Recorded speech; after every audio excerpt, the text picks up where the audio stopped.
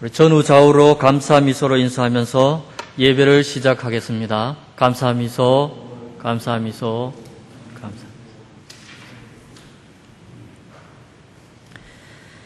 하나님은 영이시니 예배하는 자가 영과 진리로 예배할지니라. 아멘.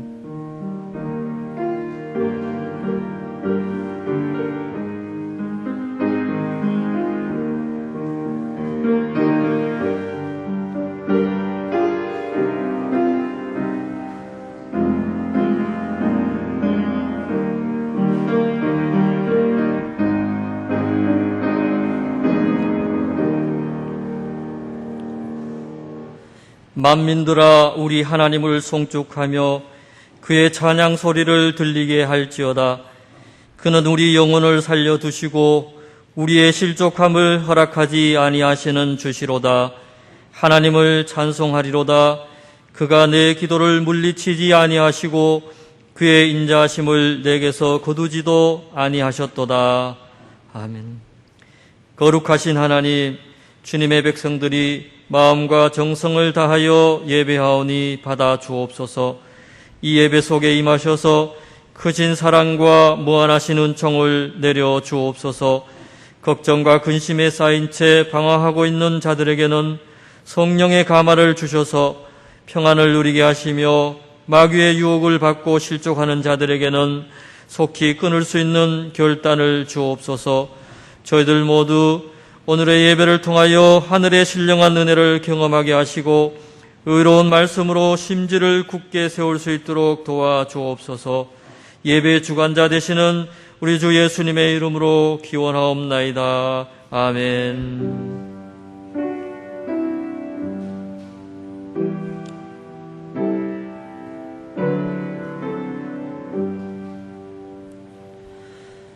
모두 자리에서 일어나셔서 찬송가 17장을 찬양하겠습니다.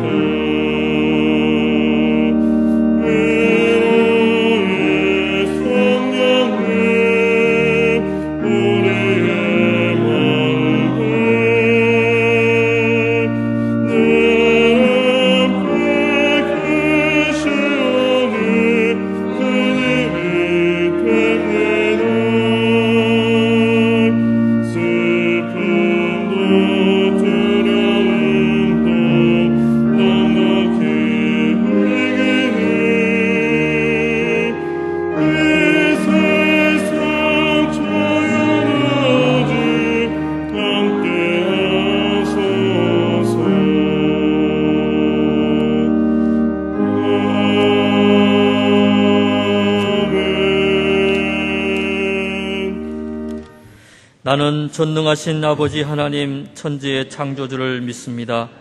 나는 그의 유일하신 아들 우리 주 예수 그리스도를 믿습니다. 그는 성령으로 잉태되어 동정녀 마리아에게서 나시고 본디오 빌라도에게 고난을 받아 십자가에 못 박혀 죽으시고 장사된 지 사흘 만에 죽은 자 가운데서 다시 살아나셨으며 하늘에 오르시어 전능하신 아버지 하나님 우편에 앉아 계시다가 거기로부터 살아있는 자와 죽은 자를 심판하러 오십니다. 나는 성령을 믿으며 거룩한 공교회와 성도의 교제와 죄를 용서받는 것과 몸의 부활과 영생을 믿습니다. 아멘. 지난 한 주간을 돌아보며 고백의 기도를 드리겠습니다.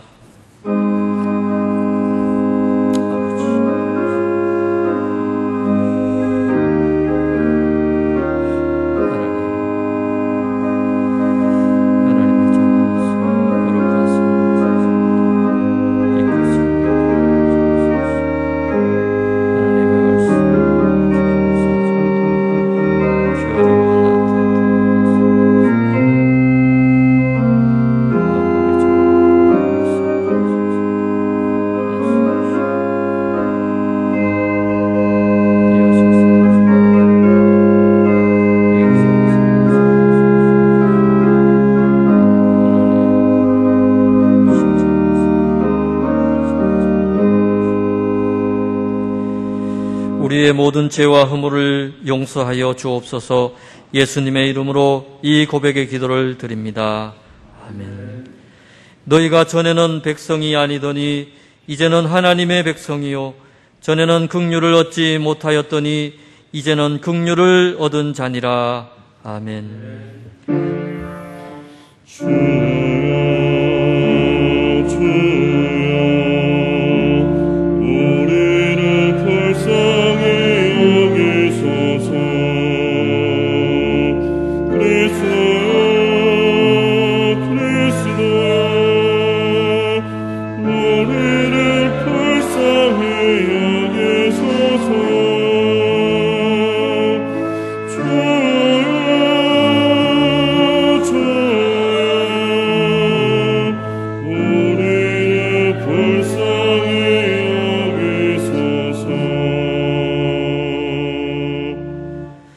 교독문 32번을 함께 교독하겠습니다.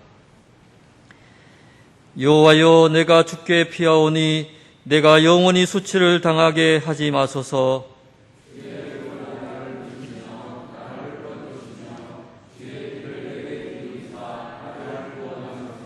주는 내가 항상 피하여 숨을 바위가 되소서.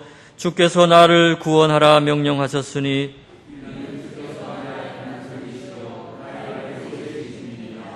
나의 하나님이여, 나를 악인의 손 곧 불의한 자와 흉악한 자의 장중에서 피하게 하소서.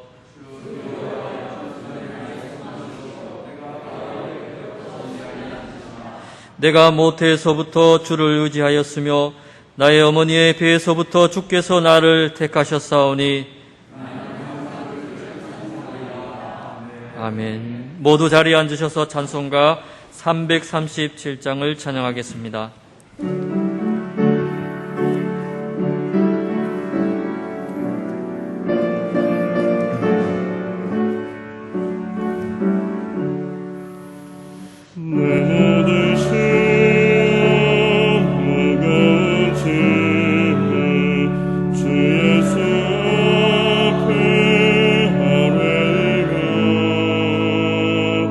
그 심에서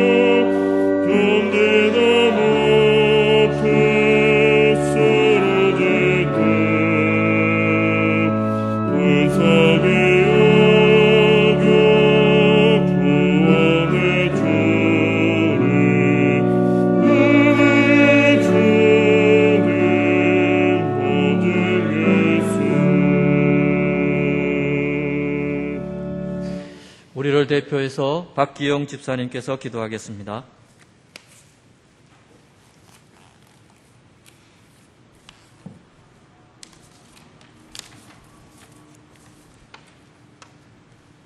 천지 만물의 창조주 되시며 모든 시간의 주관자 되시며 역사의 주인 되신 하나님을 경배하며 찬양합니다. 코로나19로 인해 많은 성도님들이 성전에서 예배드리지 못하고 비대면 온라인 영상 예배로 예배드리나이다. 사랑의 하나님 아버지여, 코로나로 인해 성도들의 교제가 소원해지며 저희들의 일상도 살아있으나 모든 자들이 죽은 자처럼 멈춰버린 듯한 안타까운 현실에 맞이하고 있나이다.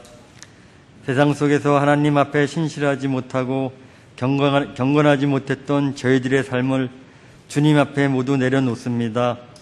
하나님께 기도하기보다는 세상의 분주함을 따라가며 하나님과 교제하기보다는 코로나로 인한 세상을 바라보며 걱정과 근심으로 소망 없는 자처럼 살아오지는 않았는지 고백하며 회개하며 저희들을 되돌아보나이다. 비록 코로나로 인해 어려움 가운데 있지만 주어진 현실 속에서 이웃을 섬기게 하시고 하나님의 영광을 나타내기를 원합니다. 코로나로 인해 어려움을 겪는 성도님들 다시 소생하는 일터가 되기를 원합니다. 사랑의 주님이시여, 지금의 위기의 이 상황이 오히려 저희 성도들 더욱더 주님의 십자가를 튼튼히 붙잡고 사랑하며 진리 안에서 더욱더 의지하며 섬기게 하옵소서. 저희들의 방패 되시고 피난처 되신 주님께서 저희들 건강함으로 지켜주시며 코로나19로 더 이상 확산되지 않도록 멸하여 주시옵소서. 어느덧 아침과 저녁에 시원한 바람이 불고 여기저기 풀벌레 소리가 들리며 이제 열매를 맺어야 할 시기 9월 중순에 저희들의 신앙을 되돌아보며 하나님께 성실하지 못한 약속들이 있는지 다시금 살펴보게 하시고 하나님께 다짐했던 일상의 습관들이 방치되고 있는지 되돌아보게 하옵소서. 그리하여 다시 시작하게 하시고 새롭게 다짐하는 시간 되게 하옵소서. 코로나로 인한 나태한 신앙을 바로잡고 게으른 생각을 교정하고 새해에 다짐했던 기억들을 다시 한번 새기며 주 안에서 온전케 하옵소서. 저희 하늘빛 교회를 축복하여 주시고 저희 목사님의 사역을 더욱더 축복하여 주시고 풍성한 열매를 맺게 하시며 저희들 주신 말씀대로 살 수 있도록 항상 인도하옵소서. 감사하며 예수님 이름 받들어 기도드리옵나이다.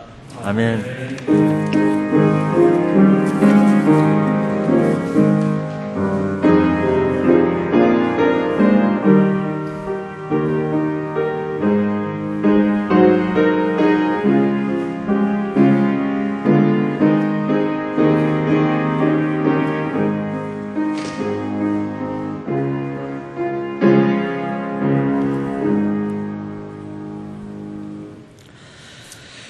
오늘 우리에게 주신 하나님의 말씀은 빌립보서 4장 10절에서 13절 말씀입니다.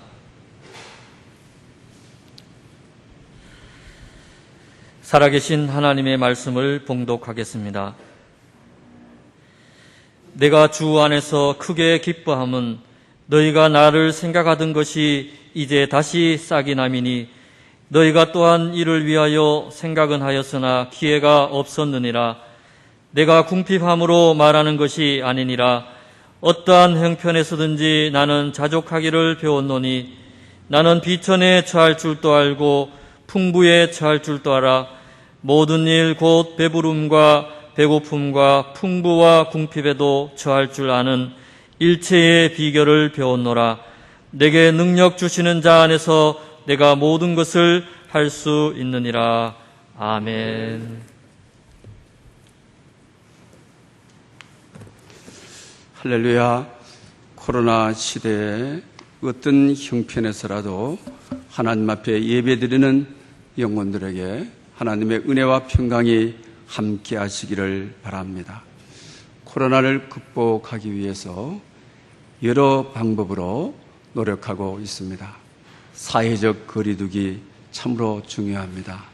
또 마스크 쓰기 아주 중요한 내용입니다.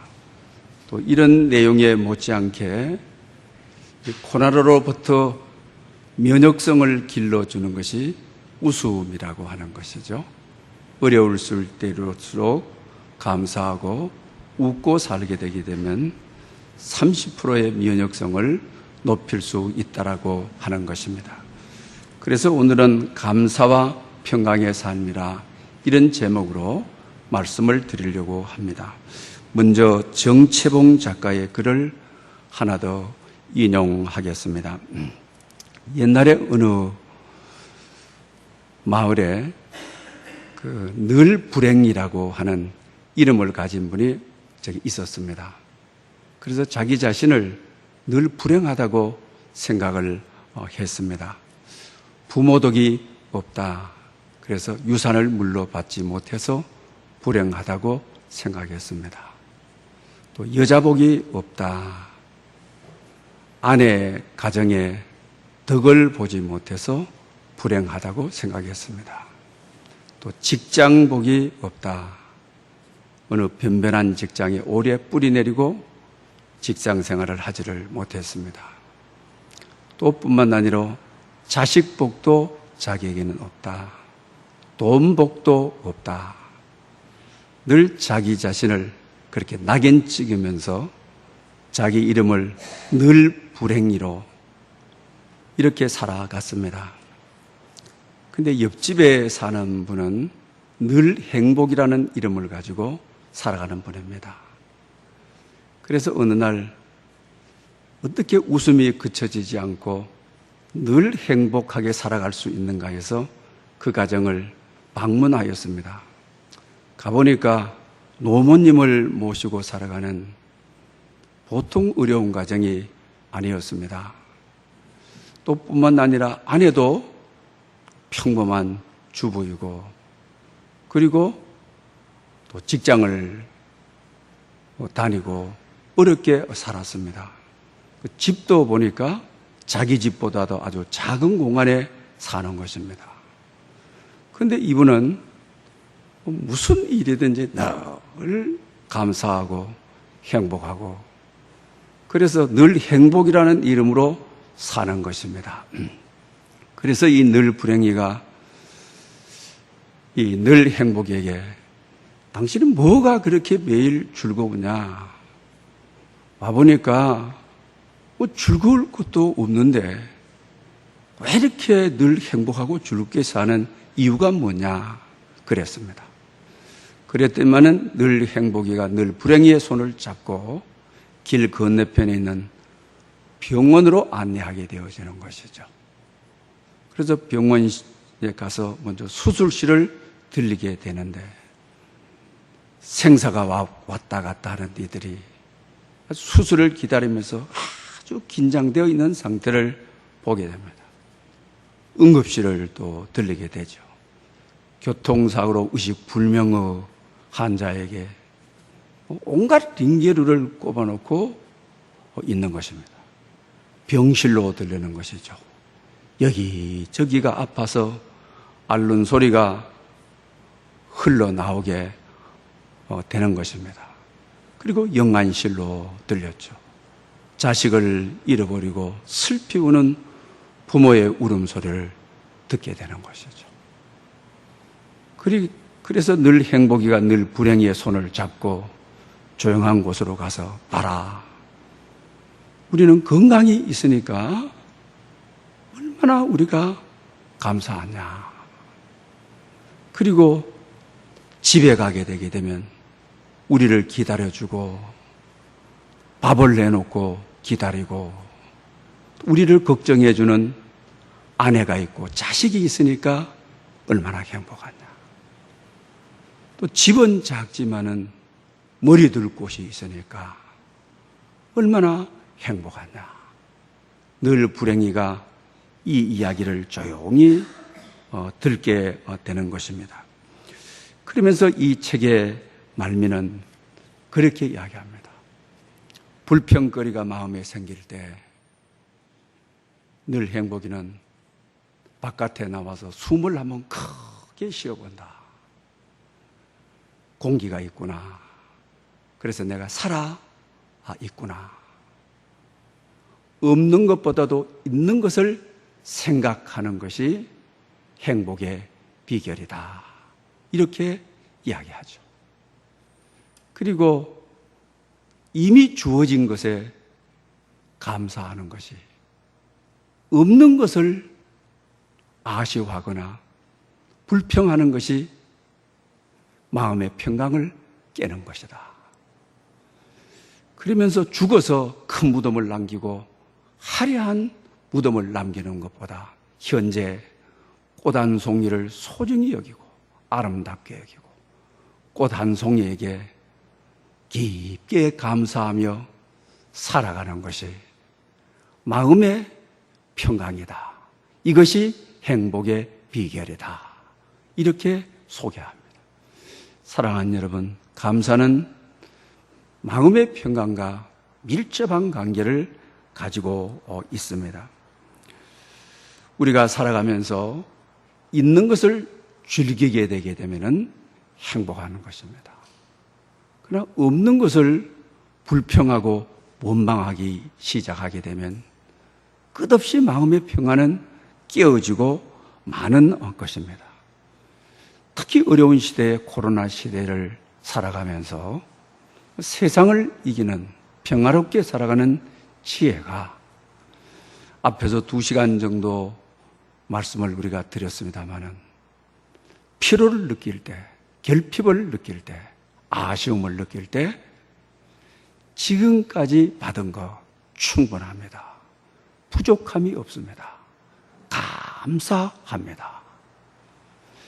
이렇게 살아가게 되면 우리 마음의 평화가 미래의 인생이 바뀔 수가 있다라고 하는 것입니다. 만족은 흐르는 강물과 같습니다. 감사하고 살게 되게 되면 이 만족의 강물은, 평강의 강물은 더 크게 흐르도록 되어 있습니다. 감사하고 살게 되면 또 다른 감사를 꼬리에 꼬리를 물고 만족과 평화를 불러 드리도록 되어 있는 것입니다. 그러나 불평하고 원망하고 살게 되면 이 평강의 강물은 메말라 버리는 것입니다. 그래서 삶이 어려울수록, 삶이 꼬일수록 있는 것, 주어진 것, 내게 남겨진 것 충분합니다. 부족함이 없습니다. 감사합니다. 이러면 죽어가는 것들이 다시 살아가고 메말라가는 강가와 같은 인생들 속에 푸르름이 다시 찾아오고 우리 생명의 역사는 다시 시작될 수가 있는 것입니다. 우리의 삶도 그렇지만은 기도도 감사함으로 하나님께 기도해야 합니다. 기도에 감사가 있어야 합니다. 늘 부족해서 투덜대는 형식으로, 원망하는 형식으로 이것도 갖고 싶습니다. 저것도 필요합니다. 세상이 다 아쉬운 것뿐입니다. 불만스럽게 기도해서는 안 된다고 하는 것입니다. 기도의 시작을 감사함으로 하는 이유가 이미 받은 것이 너무 많습니다. 부족함 없이 오늘까지 살아왔습니다. 주님의 은혜가 감사할 뿐입니다. 이렇게 시작하는 기도하고 이것도 안 주십니까? 저것도 안 주십니까? 인간의 욕망은 끝이 없는 것입니다. 인간의 욕망은 그 무엇, 지구촌의 모든 것을 다 갖다 줘도 채울 수 없는 것이 욕망인 것입니다. 그래서 욕심을 따라가는 인생은 늘 불평하는 인생으로 부족함을 느끼며 살아갈 수밖에 없는 인생이 되는 것입니다. 우리 세상에 잘 사는 분들 언론에서 대들될 때 보죠. 뭐 재벌가들, 또 권력을 가지고 있는 분들 그만하면 됐다라고 싶지만 욕심은 바닷물 같아서 마시면 마실수록 더 갈증을 느끼고 채워지지를 않는 것입니다. 하나님은 평강의 삶을 살기를 원하는 것이죠. 오늘 본문은 빌립보서 4장에 정말 감사의 기도를 하면서 살아간 바울, 어떤 어려운 속에서도 감사의 삶을 산 바울, 정말 그는 평강의 삶을 살았고 능력의 삶을 살았습니다. 오늘 본문 13절에 마지막 자기 인생의 결론이 내게 능력 주시는 자에서 내가 모든 것을 할 수 있느니라. 할렐루야! 이것이 바로 감사의 기도를 한 사람의 고백입니다. 감사의 삶을 산 고백이라고 하는 것입니다.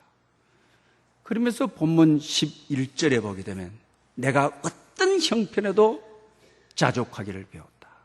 어떤 형편에도 만족한 평강의 마음을 가지는 비결을 배웠다. 이래죠. 그러면서 다음 절에 가서 내가 비천에 처해 보기도 했다. 풍부에 처해 보기도 했다. 배고픔과 배부름의 처지를 내가 안다. 풍부와 궁핍에 처할 줄도 알아.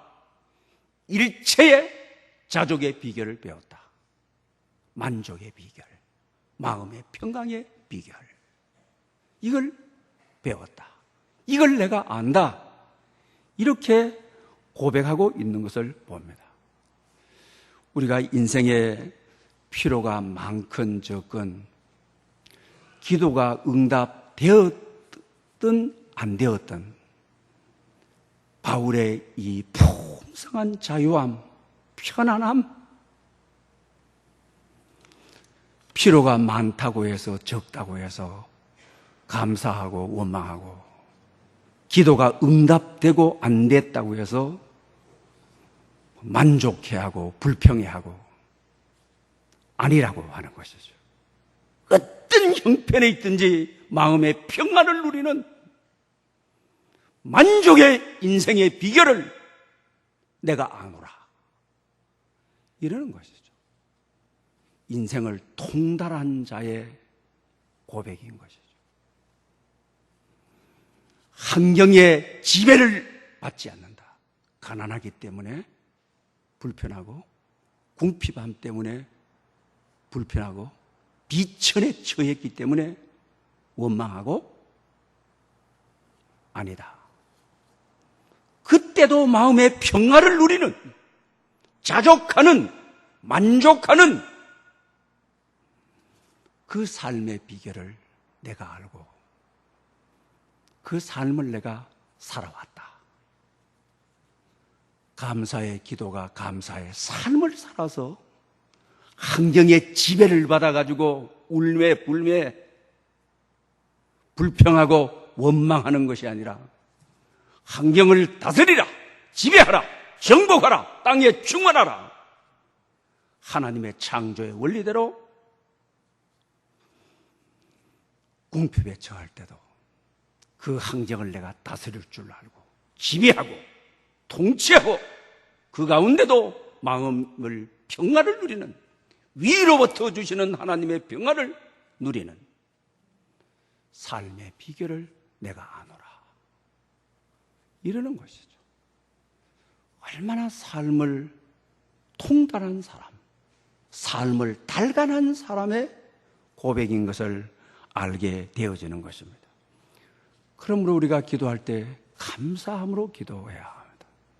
우리가 인생을 살아갈 때 정말 감사의 고백을 하면서 감사의 진실된 마음을 가지고 살아가야만 되는 것입니다. 우리 인생 살다 보면 삶의 구석구석에 필요한 것이 많죠. 아쉬운 것들이 많이 여러분 있죠. 그럴 때마다 내게 남겨진 것, 내게 있는 것, 내게 주어진 것, 바울처럼 이미 받은 은혜가 너무 크고 감사합니다. 충분합니다. 부족함이 없습니다. 감사합니다. 성령 안에서 감사합니다. 기도 안에서 감사합니다. 이럴 수밖에 없음을 고백하는 것이죠. 이럴 때 그의 삶의 결론이, 그의 삶의 모습이 내게 능력 주시는 자 안에서 감사의 기도가 감사로 살아온 삶이 내게 능력 주셔서 내가 모든 것을 할 수 있다라고 하는 이런 고백을 하는 바울을 보게 되는 것입니다. 여러분, 오늘 본문에서 바울이 말하는 대로 비천이라고 하는, 궁핍이라고 하는, 배고픔이라고 하는 이곳에서 내가 감사하는, 만족해하는, 그리고 하나님의 주시는 평화를 누리는, 이것 때문에 육신의 정욕과 안목의 정욕과 이생의 자랑에 쫓겨가가지고 평화를 잃어버리는, 불평하고 원망하다가 인생을 끝내는 그런 자가 아니라 내게 능력 주시는 자 안에서 가난 속에서도, 배고픔 속에서도, 비천과 궁핍 속에서도 만족해하는 하늘의 평화를 누리는 방법, 그것이 바로 감사의 삶이고 감사의 기도라고 하는 것을 가르쳐주고 있는 것을 봅니다. 사운드 오브 뮤직이라고 하는 작품이 있죠. 이 여주인공은 수녀인 것이죠. 인생을 거룩하게 살기 위해서 젊은 날에 수녀원을 들어가기로 결단을 하게 되는 것입니다. 예배의 삶을 살고 하나님의 임재와 영광의 삶을 살기를 소원을 했습니다. 그런데 수녀원에서 선한 의도로 좋은 일을 하고 싶었던 것이 그만 수녀일에 규율을 어기는 것이 되어져.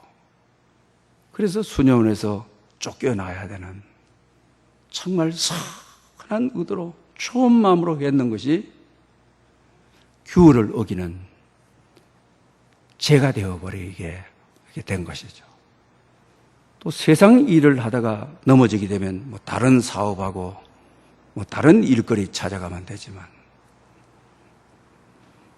목숨을 걸고 아골골짝 어디라도 가겠다고 하는 소명의식으로 가서 이것에 쫓겨났을 때 젊은 이의 마음속에 슬픔과 아픔, 좌절은 너무나도 큰 것이죠. 그런데 그는 수년을 나오면서 유명한 말을 남겨야 되죠.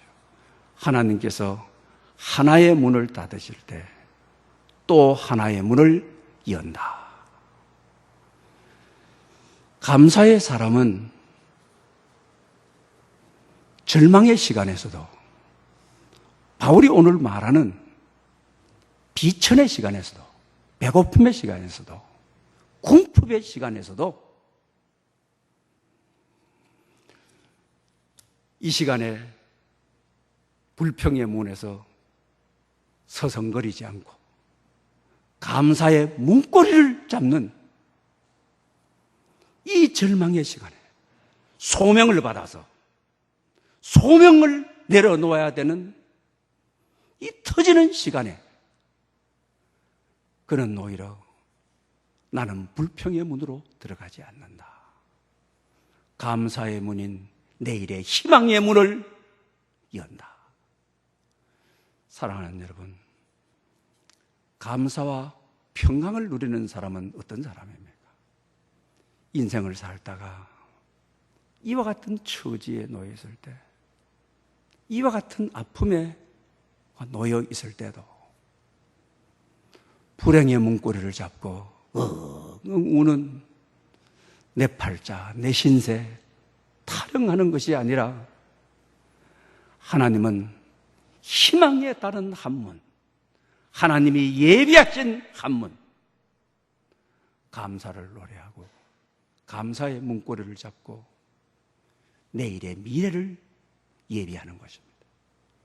이렇게 해서 그의 인생은 놀랍게 바뀌는 인생이 되는 것입니다.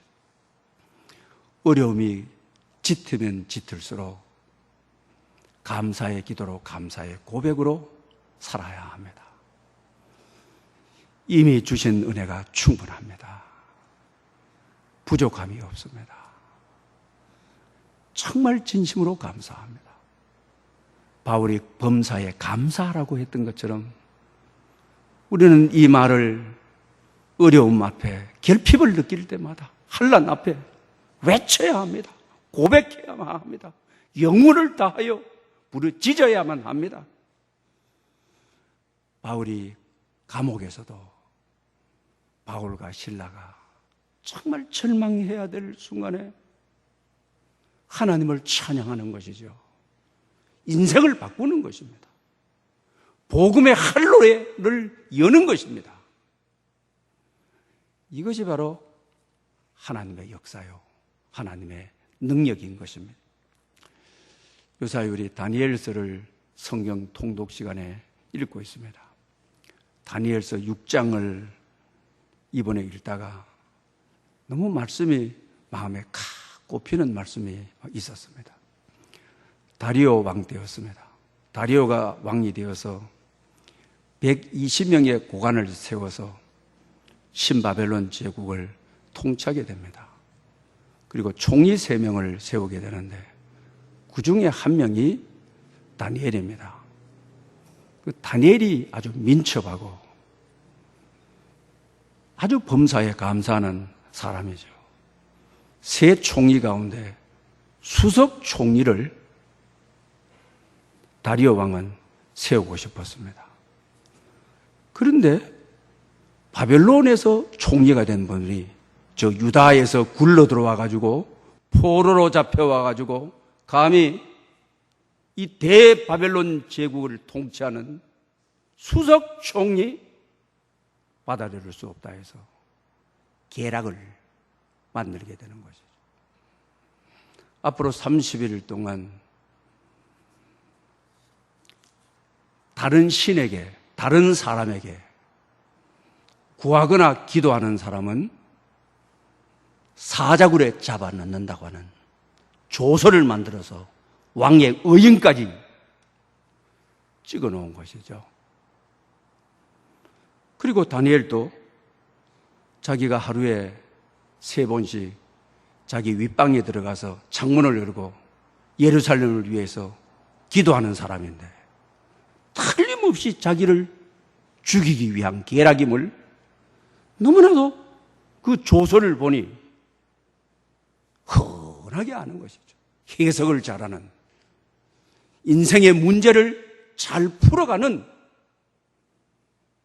다니엘에게 있어서는 너무나도 확실한 것이죠. 그 조서에 의인이 찍힌 것을 알고도 다니엘이 자기 집으로 돌아가 윗방에 들어가서 평상시처럼 예루살렘을 향하여 창문을 열고 무릎을 꿇고 하나님 앞에 기도했습니다. 근데 10절에 보면 그의 기도가 그 하나님께 감사하니라. 할렐루야! 왕의 의인이 찍혔습니다. 하나님께 기도하고 있습니다. 그 나라의 왕께만 기도해야지 어떤 신에게도 어떤 사람에게도 기도하면 사자굴에 넣겠다라고 하는 법령이 제정되어 있는 겁니다. 얼마나 위태로운 것입니까? 얼마나 위기인 것입니까? 이제 사자굴에 들어가도록 되어 있습니다.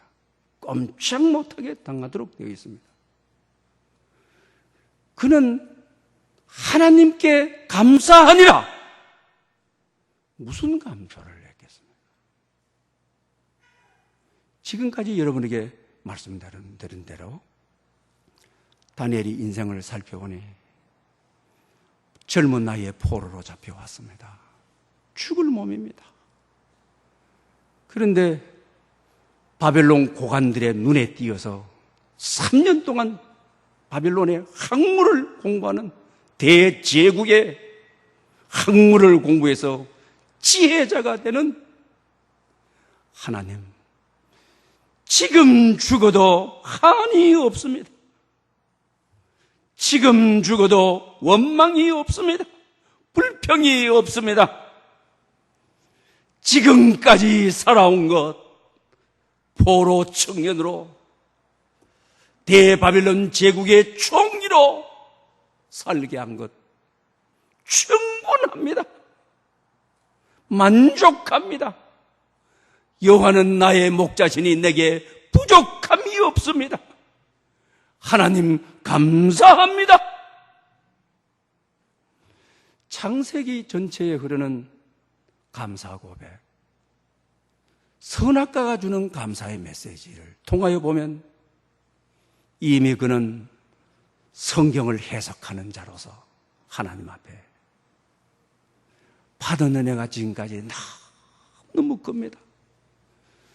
포로의 어린 생명, 죽여버려도 살인죄에 해당되지 않는 물건보다도 못한 이 포로의 생명. 웬일인지 웬 말인지 이 대제국의 총리로 제국을 다스리는데 나를 사용하여 주신 주님. 사자의 밥이 돼도 만족합니다. 부족함이 없습니다. 내 생명 받아주십시오. 하나님이 얼마나 감격했겠습니까? 정말 창세기가 주는 감사의 메시지를 정확히 알고 하나님 앞에 그 기도를 드린 것이 아니겠습니까? 그러니 다니엘도 나중에 고백을 하죠. 왕이 왔을 때 사자의 입을 봉하사 나를 해하지 못하게 하셨나이다. 어려울 때 한란에 이 세 마디의 감사 고백은 자기 인생을 바꾸는 것입니다. 자기 생명을 살리는 것입니다. 오늘 본문에 나오는 비천에 처했을 때도 감사할 줄 아는, 배고픔에 처했을 때도 감사할 줄 아는, 그리고 또 다니엘이 굴 앞에 7이 영접 나왔습니다. 그때 다니엘도 이 다리오도 그런 고백을 하게 되죠. 너희 하나님이 정말 참 하나님이구나. 너를 해하지 않았구나. 너를 상하지 않게 하였구나. 상대로 하여금 선한 믿음의 영향력이 하나님께 드리는 선한 감사와 감사의 삶이 한 제국의 왕실을 바꾸어 놓는 것이죠. 자기 인생을 바꾸어 놓는 것이죠. 그러므로 여러분, 우리가 감사의 삶을 살아 다니엘처럼 이 위험한 사자굴에 들어갔을 때도 이 기도는 마음을 평화롭게 하는, 삶을 평화롭게 하는 능력을 가져오고, 이 평화는 사자굴에서 죽음이 아닌 자기 인생의 더 큰 희망의 활로를 여는 축복의 활로가 되는 역사를 보게 됩니다. 오늘 본문 앞에 있던 6, 7절의 말씀은 우리가 너무나도 잘 아는 말씀이죠. 그리고 나서 오늘 11절부터 13절까지 말씀인데요. 6, 7절에서는 너희 구할 것을 감사함으로 하나님께 아뢰라. 그러면 모든 지각에 뛰어난 하나님의 평강이 너희 마음과 생각을 지키시리라. 할렐루야. 이 말씀은 많이 들었습니다. 그러나 오늘은 하나님께서 너희 구할 것을 감사함으로 하나님께 아뢰라. 기도의 명령, 기도의 겉면이죠. 기도할 때, 구할 때 너희 구하는 것을 감사함으로 하나님께 아뢰라. 명령을 겉면으로 하고 있습니다. 그런데 이 겉면에 대한 약속이 너희 마음과 생각을 지키시리라 이러시는 거죠. 좀 아쉬운 마음이 좀 들죠. 왜 그랬습니까? 이 구하는 기도의 내용에 응답하리라, 들어주리라. 좀 이렇게 하면 나도 기분 좋고 기도자들도 신도나고 한데 우리를 좀 실망스럽게 하는 것 같죠? 너희 구할 것을 감사함으로 하나님께 아뢰라. 그러면 네 기도의 내용에 응답하리라. 이러면 좀 결핍을 느끼는 이들에게, 아쉬움을 느끼고 살아가는 이들에게 좀 만족하고 그러면 그렇지 하고 살아갈 텐데 우리 좀 실망스럽게 하는 것 같은 느낌을 주지요. 약속에 대한 응답이 너희 마음과 생각을 지키시리라. 첫째가 너의 마음을 지키시리라고 하는 것이. 여러분, 자문해 보게 되면 무릇 지킬 것보다도 너희 마음을 지켜라. 생명의 근원이 마음에서부터 왔다. 정말 우리 마음의 만족이, 우리 마음의 평화가 감사함으로 하나님께 아뢰라. 네가 구하는 대로 주는 것이 아니라 마음을 지키리라. 마음의 평강, 마음의 만족이 내게 임하리라. 여러분, 세상 살아보면 마음의 평화와 마음의 만족이 하나님이 주신 축복 가운데 가장 큰 축복이죠. 하나님이 주신 은총 가운데 가장 큰 은총이죠. 그래서 하나님은 최고의 은총을 약속한 겁니다. 최고의 축복을 약속한 겁니다. 기도한 내용대로 다 받아내놓고 우울증 걸려서 잠 못 자고, 저도 가진 자들 옆에서 봤습니다. 잠잘 자는 분들은 못 봤습니다. 다 불면증들, 잠을 밤새도록 이루지 못하는, 아침에 조금 자고. 우리나라 유명한 아파트들이 있는 곳에 제가 사역자로 있어 봤거든요. 아픔이 참 많습니다. 참 해결할 수 없는 아픔입니다. 가난한 사람들의 아픔은 해결할 수 있는 아픔이에요. 하나님이 한번 만져주시면, 하나님이 한번 터치해 주시면 다 해결할 수 있는 거예요. 아무리 많이 받아놓고 형제끼리 우애하지 않고, 부모하고 원수처럼 살고, 부부가 원수처럼 살고, 기도한 대로 다 받아요. 네가 구한 대로 다 주겠다. 그러지 아니하시고 마음을 지켜주시겠다. 마음의 평강을 주겠다. 마음의 만족을 주겠다. 가난해도 초막이나 궁궐이나 우리 주 예수 계신 곳이 그 어디나 천국, 하늘나라. 할렐루야. 마음의 만족이 가장 하나님이 주신 최고의 선물입니다. 이 마음은 구하는 대로 채워주게 되게 되면 욕심에게 끊임없이 이끌려가 가지고 패망하고 마는 것입니다. 하나님은 그렇게 약속하지 않으셨습니다. 위로부터 오는 주의 평화, 하늘로부터 오는 평강, 마음의 평강을, 감사는 가장 큰 축복인 마음의 평강을 가져오도록 되어 있습니다. 그리고 생각을 지켜주시리라. 이게 또 놀라운 은혜이지 않습니까? 우리가 세상 살다 보면 그렇죠?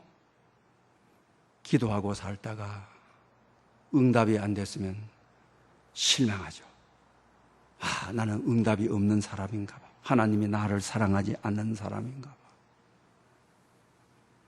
이렇게 자기 스스로를 아파하고 힘들어할 때가 있는 것이죠. 그러나 감사로 살고 감사로 기도하게 되면, 감사로 기도한다는 말은 하나님이 이미 받은 것으로 충분해요. 부족함이 없어요. 그래서 하나님께 감사해요.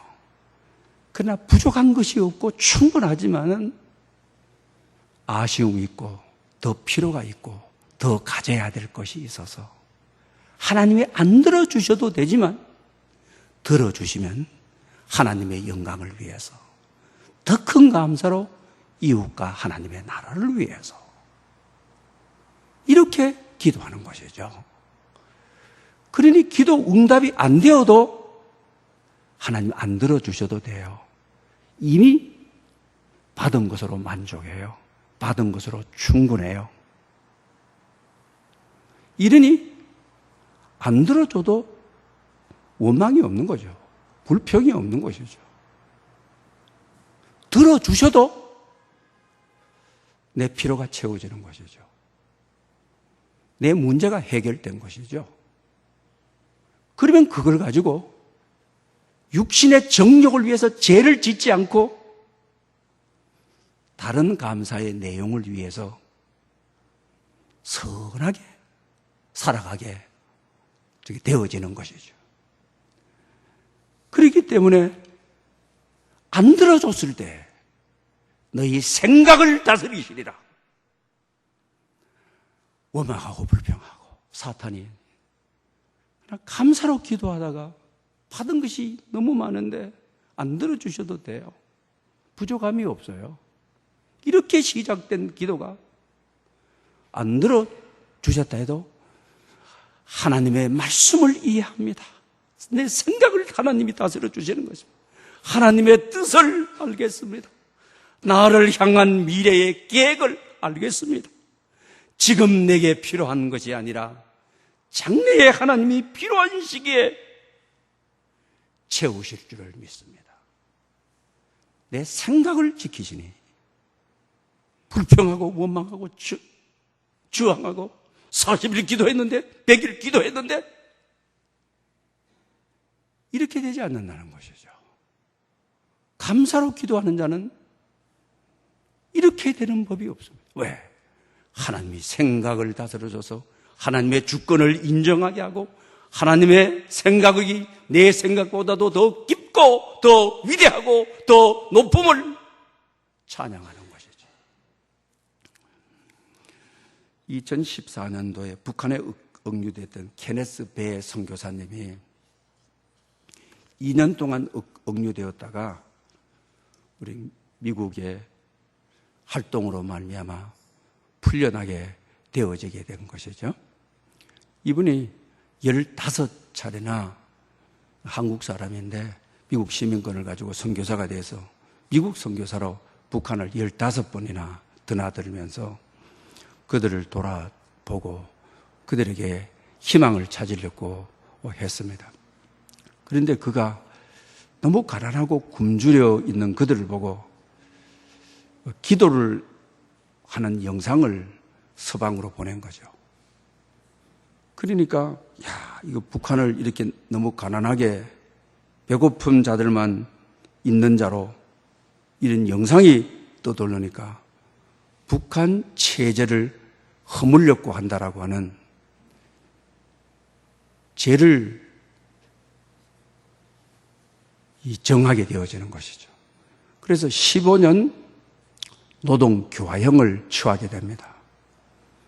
그래서 2년 동안 살다가 서방 여러 교회와 또 정치 지도자들의 노력에 의해서 해방이 되어지는 것이죠.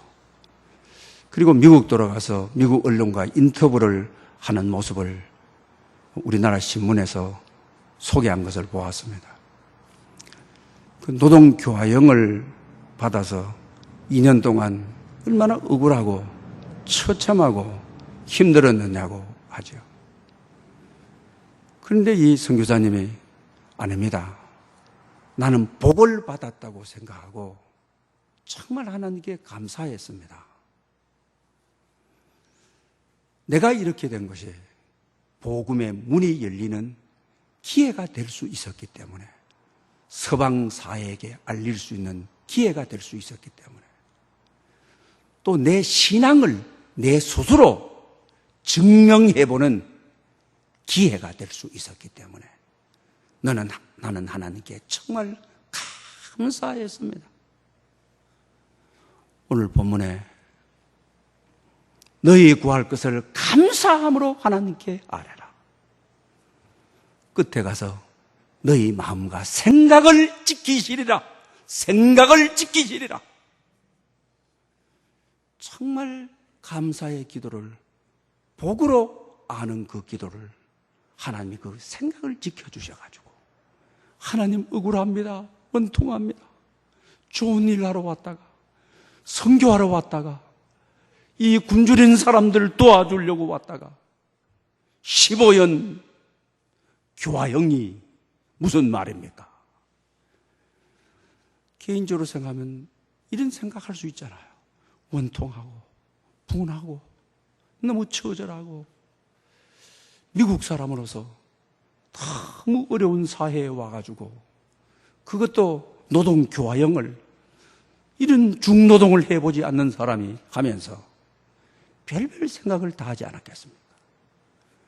그러나 하나님이 생각을 지켜주시니, 생각을 다스려 주시니, 생각을 주관하여 주시니 하나님 복받은 사람입니다. 하나님 감사합니다. 내 믿음을 증명하는 기회가 감사합니다. 복음의 문을 열 수 있는 기회가 되면 감사합니다. 생각을 하나님이 주관해 주시는 것, 기도에 이것이 참 중요한 것이죠. 그래서 하나님은 가장 중요한 마음과 생각을 지켜주시리라. 모든 지각에 뛰어난 하나님의 평강이 그리스도 예수 안에서 그 평강이 마음, 생각 지켜주시리라. 할렐루야. 이렇게 말씀하고 있는 것이죠.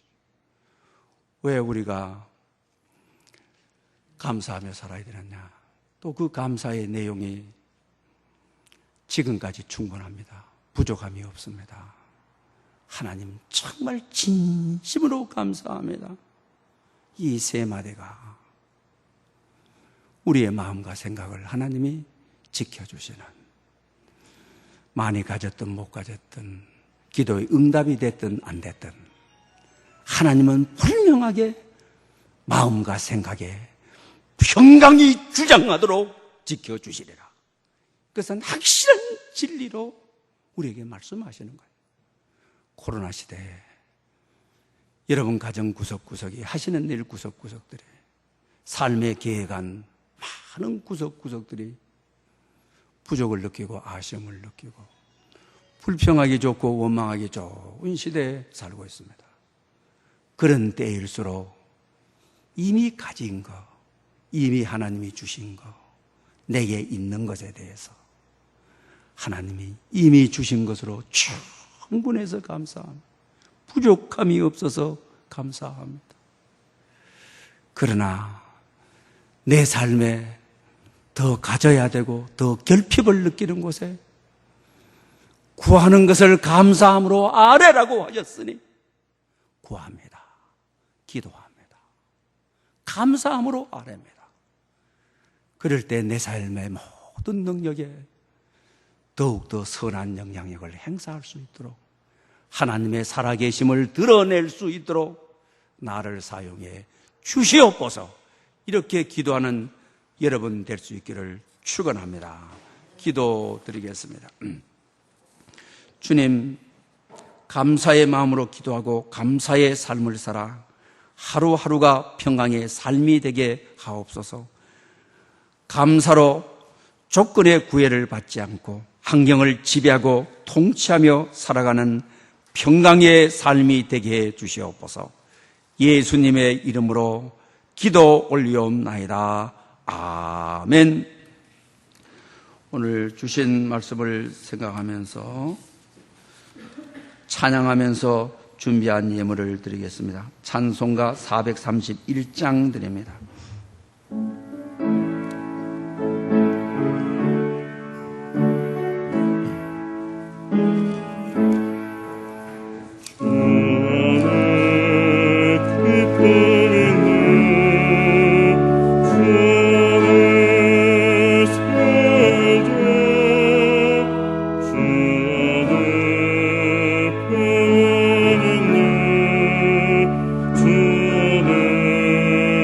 주는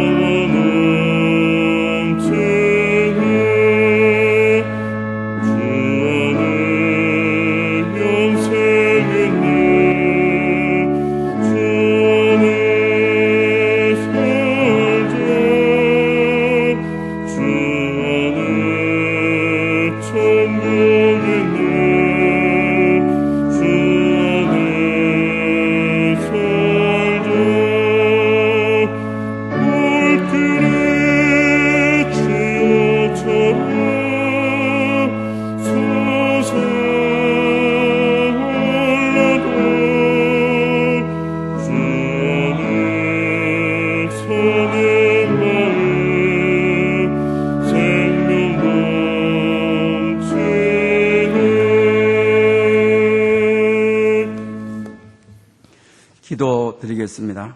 만복의 근원이신 하나님 아버지, 감사함으로 평강의 삶을 기원하며 이 예물을 드립니다. 우리의 신앙 고백과 마음과 정성을 담아 11조와 각종 감사 성교 건축 특별 예물을 드립니다. 내게 능력 주시는 자 안에서 내가 모든 것을 할 수 있느니라 하신 약속의 말씀이 성취되게 하옵소서. 이 성김의 예물이 천국에서 해같이 빛나게 하시고 주님이 기억하시는 향기로운 제물이 되게 하옵소서. 이 예물을 인원하여 이들의 발길이 닿는 어디에서도 복의 복을 더하여 주시고 지경을 넓혀 주옵소서. 예수님의 이름으로 기원 올리옵나이다. 아멘. 이제 다 함께 일어나셔서 찬송가 감사 찬양 3절을 드리겠습니다.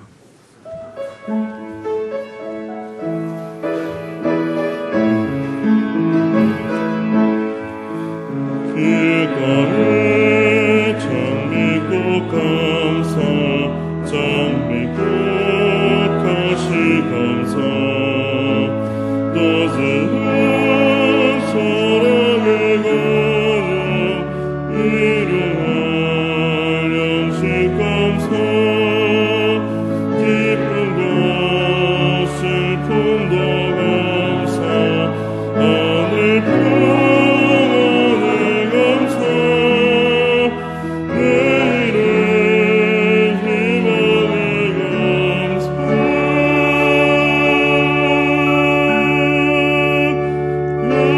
영원토록 감사해.